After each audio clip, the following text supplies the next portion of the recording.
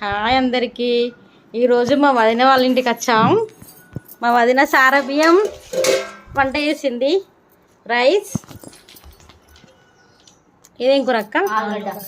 ఆలుగడ్డ చారు, పెరుగు, ముద్దపప్పు.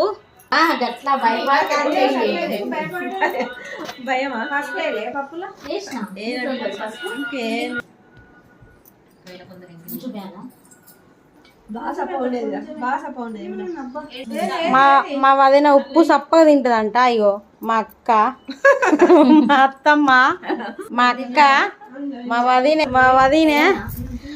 మా కోడలు. వంటలన్నీ ఎలా ఉన్నాయి? బాగున్నాయా? ఈరోజు మనం పార్టీ చేసుకుంటున్నాం అన్నట్టు.